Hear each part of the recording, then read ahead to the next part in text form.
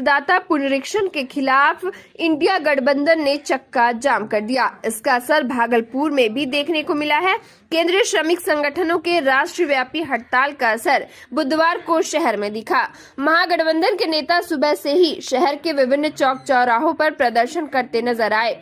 शहर के मुख्य बाजारों में राजद और कांग्रेस के कार्यकर्ताओं ने दुकानों को बंद कराया और सड़क पर टायर जलाकर विरोध जताया। कार्यकर्ता हाथों में बैनर पोस्टर लिए केंद्र सरकार और चुनाव आयोग के खिलाफ नारेबाजी करते रहे। प्रदर्शनकारियों ने आने जाने वाले वाहनों को रोककर आम जनता से बंद को सफल बनाने की अपील की। महागठबंधन के आह्वान पर बिहार बंद का असर शिक्षा व्यवस्था पर भी पड़ा है। भागलपुर के मारवाड़ी कॉलेज में चल रही इग्नू की परीक्षा को बीच में ही रुकवा दिया गया। परीक्षा दे रहे छात्रों से 1 घंटे पहले ही कॉपी ले ली गई और परीक्षा बंद करा दी गई। इससे छात्र छात्राओं में नाराजगी देखी गई। महागठबंधन के कार्यकर्ताओं के विरोध के बाद दूसरी पाली की परीक्षा रद्द कर दी गई है। इसकी अधिसूचना जारी हुई। कांग्रेस के कार्यकर्ता का बीच सड़क पर लेटने का भी वीडियो सामने आया है।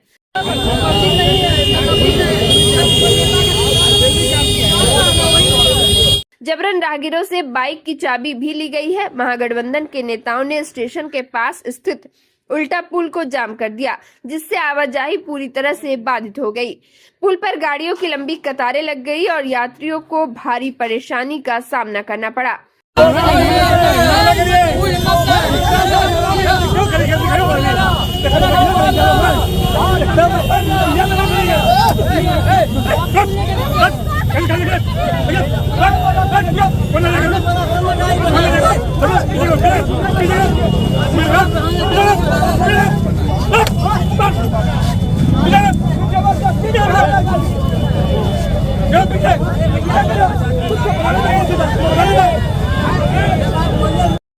प्रदर्शन में शामिल राजद जिलाध्यक्ष चंद्रशेखर यादव ने कहा कि चुनाव आयोग की ओर से चलाई जा रही मतदाता पुनरीक्षण अभियान जन विरोधी है। इससे राज्य की 75% जनता प्रभावित हो रही है।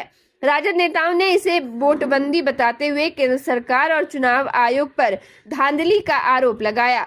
बंद के आह्वान पर ट्रेड यूनियनों के समर्थन में बैंक, बीमा और अन्य कार्यालयों ने भी कामकाज प्रभावित रहा। हड़ताल में शामिल संगठनों का दावा है कि देश भर में 25 करोड़ श्रमिकों ने इस बंद को समर्थन दिया है। शांतिपूर्ण ढंग से बंद को सफल बनाने के लिए जगह जगह पुलिस तैनात रही, लेकिन फिलहाल भागलपुर में हालत नियंत्रण में है। सिटी डीएसपी अजय कुमार चौधरी ने बताया कि 25 जगह पर पुलिस मजिस्ट्रेट की तैनाती की गई है। IIIT के कैमरे से निगरानी रखी जा रही है। सभी इलाके में भ्रमणशील है। कहीं से कोई अप्रिय घटना की सूचना नहीं है। हम लोग मुस्तैदी से लगे हुए हैं।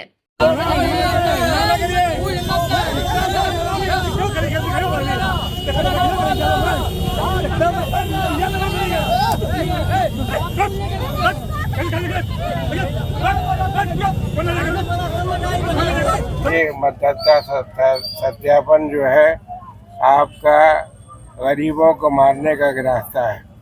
इस तरह से आप लोग मॉनिटरिंग कर रहे हैं, खासकर चौक चौराहों पर। देखिए, एसडीएम साहब ने आपको अभी पूरा ब्रीफ किया है।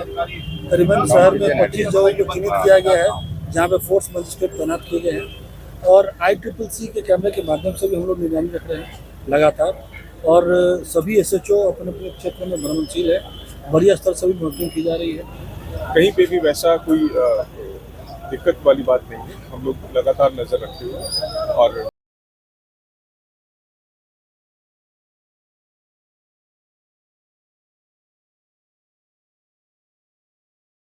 नवविवाहिता का फंदे से लटकते हुए संदिग्ध परिस्थिति में शव बरामद हुआ है। मामला नाथनगर थाना क्षेत्र के रनुचक का है। मृतका की पहचान आरती कुमारी के रूप में हुई है। 9 महीना पहले उसकी शादी रानुचक निवासी अभिषेक कुमार के साथ हुई थी। मृतका की मां का आरोप है कि दहेज को लेकर ससुराल वालों ने उसकी हत्या की है और शव को फंदे से लटका दिया है। इधर घटना की जानकारी के बाद मौके पर पहुंची नाथनगर पुलिस ने मामले की छानबीन शुरू कर दी है। पुलिस ने फंदे से शव को उतारकर पोस्टमार्टम के लिए भेज दिया है। जानकारी के अनुसार दहेज को लेकर अभिषेक आरती से पिछले 4 दिनों से विवाद हो रहा था। दहेज में वह घरेलू सामान की मांग कर रहा था। मृतका के परिवार वालों ने कहा कि रक्षाबंधन के समय देंगे। बीती रात खाना खाने के बाद आरती सोने के लिए अपने कमरे में चली गई। सुबह लोगों ने उसका फंदे से लटकता शव देखा। इसके बाद घटना की जानकारी पुलिस को दी गई। नाथनगर पुलिस सूचना के बाद एफएसएल टीम के साथ मौके पर पहुंची, जिसके बाद शव को फंदे से उतारकर पोस्टमार्टम के लिए भेजा गया। मृतिका की मां और उसकी बहन छोटी कुमारी का आरोप है कि अभिषेक और ससुराल वाले दहेज की मांग कर रहे थे। उन्होंने आरोप लगाया है कि अभिषेक ने ससुर के साथ मिलकर हत्या की और शव को फंदे से लटका दिया। इधर बुधवार को पुलिस ने पोस्टमार्टम के लिए शव को भेज दिया है। मामले को लेकर थाना अध्यक्ष राजीव रंजन सिंह ने बताया कि घटना की जानकारी मिलने के बाद पुलिस टीम मौके पर पहुंची। दरवाजा अंदर से लॉक था और दुपट्टे के सहारे मृतिका लटकी हुई थी। मृतिका की मां ने आरोप लगाया है कि ससुराल वालों ने उसकी हत्या की है। वही उन्होंने कहा कि शव को पोस्टमार्टम के लिए भेज दिया गया है। पोस्टमार्टम रिपोर्ट आने के बाद ही मौत का स्पष्ट कारण पता चल पाएगा। कौन कौन मारा? सास, ससुर और उसका दियोर मिल कर दिया गया, सब मिल के मार दिया। क्या है? दहेज के लिए। क्या मांगते थे? मतलब उसका डिमांड था ज़्यादा तिलक लेने के लिए, तब पर विदिता शक्ति वार्ता दे सके हम सब। और यहाँ गोदरेज पलंग सब के लिए वो बोल रहे थे 2-3 दिन के, तो हम सब बोले थे देंगे रक्षाबंधन के बाद, रक्षाबंधन में। तो वो सब बोला कि नहीं देंगे तो मार देंगे।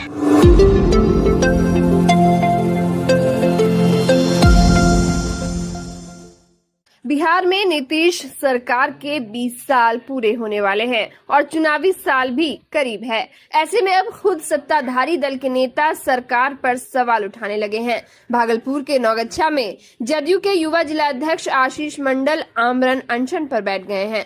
उन्होंने इस सत्याग्रह को जितिया सत्याग्रह का नाम दिया है, जो क्षेत्र के प्रसिद्ध पर्व जितिया से प्रेरित है। आशीष मंडल का आरोप है कि वर्ष 2020 की भीषण बाढ़ के दौरान सबौर प्रखंड के मशाड़ू इलाके में गंगा नदी के कटाव से 2 दर्जन से अधिक घर नदी में समा गए थे। सरकार ने मुआवजा देने का वादा तो किया, लेकिन पीड़ित परिवार आज भी राहत राशि के इंतजार में है।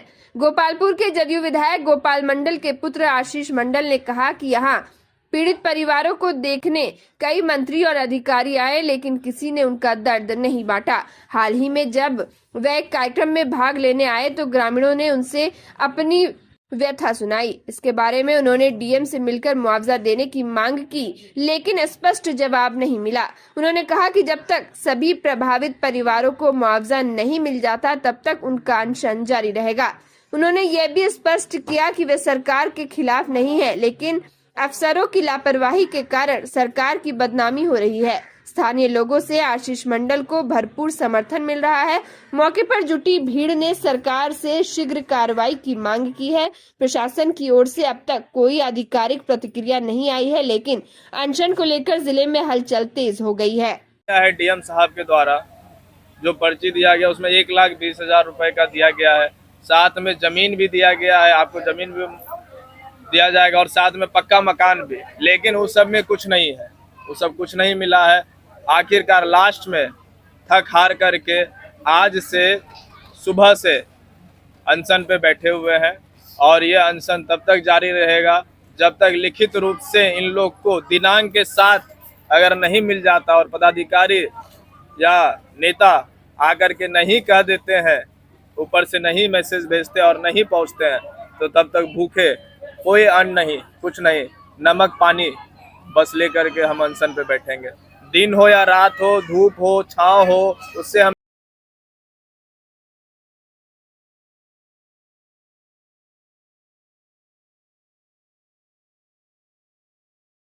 थाना क्षेत्र के मस्दी पंचायत में एक दर्दनाक सड़क हादसा हुआ। इस घटना में एक महादलित परिवार के 6 वर्षीय बच्चे अमर की मौत हो गई, जबकि उसके पिता गौतम मलिक, दादी आशा देवी और पत्नी रीता देवी गंभीर रूप से घायल हो गए। परिवार के सदस्य देर रात रोड किनारे खाना खा रहे थे, तभी तेज रफ्तार अनियंत्रित 4 पहिया वाहन ने टक्कर मार दी। गौतम मलिक के अनुसार वह लोग श्रावणी मेला के लिए सफाई कर्मी के रूप में काम करने वाले थे। घटना की सूचना स्थानीय लोगों ने पुलिस को दी, जिन्होंने घायलों को सुल्तानगंज रेफरल अस्पताल में भर्ती कराया। पुलिस ने मामला दर्ज कर लिया है और आगे की जांच कर रही है। अभी तक वाहन चालक की पहचान नहीं हो पाई है। परिवार के सदस्य मजदूरी करते हैं और इस घटना ने उनके जीवन को बदल दिया है। घायलों का इलाज चल रहा है और उनकी स्थिति स्थिर बताई जा रही है। इधर गौतम मलिक के कनपट्टी के पास चोट लगी है, जबकि उनकी मां आशा देवी और पत्नी रीता देवी के शरीर पर गंभीर चोटें आई हैं। घायलों ने बताया कि देर रात घटना होने के बावजूद पुलिस को दिन के 9 बजे सूचना मिली, लेकिन स्थानीय लोगों की मदद से उन्हें समय पर अस्पताल पहुंचाया गया। एक्सीडेंट हुआ कहाँ में? मस्जिद में, कैसे? खाना खा के वक्त में। क्या हुआ फिर उसके बाद?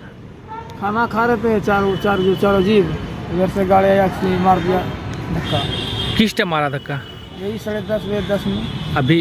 नहीं, रात में गाड़ी वाला भाग गया। गया। क्या बच्चा, कितना उम्र था बच्चा का? 2 साल का। डेथ हो गया बच्चा का? डेथ हो गया, वहीं डेथ हो गया। कौन घायल? मतलब जीप के चला गया क्या? हाँ।